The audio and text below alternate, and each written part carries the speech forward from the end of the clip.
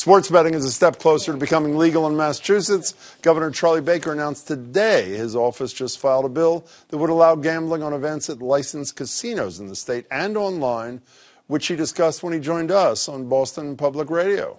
I think our view is, it's legal. It's going to start happening in a lot of other states. We made pretty clear that we don't think you should be betting on high school and college games. This is just professional sports. I think from our point of view, it's probably a conversation we need to have, and we think this is a relatively responsible way to go about doing it.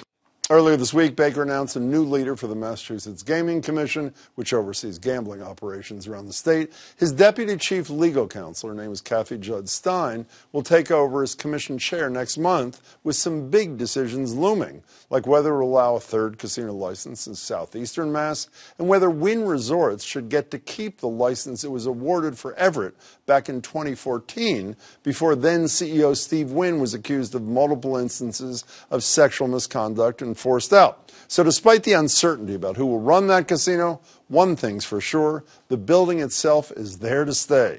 And as Stephanie Lydon shows us, there's mixed reaction to the golden brown glow reminiscent of Vegas along the Mystic River. Around here, another big glass building is no big deal. But beyond the city skyline, in the middle of Everett, this stands out. It is wonderful. It looks beautiful from anywhere you see it. A touch of the Vegas Strip at the local strip mall. The casino website promises glamorous views. Ashley Siebold says, try urban grit. I think it's bizarre to spend the amount of money people are going to spend on a hotel room to look out on a metal crushing facility and a highway and a power plant, but it's fine. It looks like something in Vegas. Actually, the exact thing as the Wynn Casino in Vegas, and also Macau. After the company's namesake, Steve Wynn, was forced out, you can see why the name Encore went up.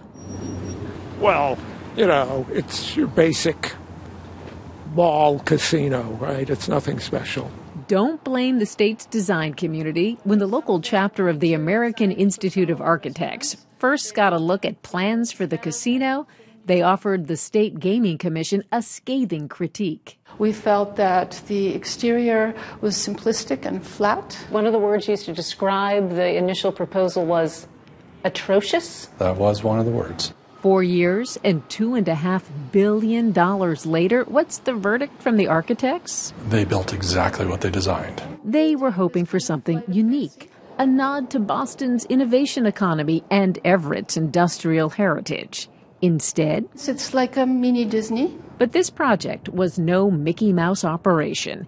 It entailed cleaning up a toxic waste site and opening access to the river. Regardless of the architecture itself on the outside, which I do think could have been better, the fact of investment will bring others. More important than how the casino looks, she says, is how it performs.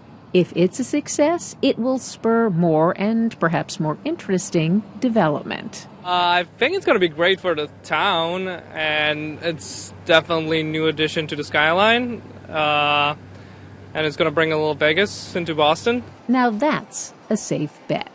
Stephanie Lydon, WGBH News.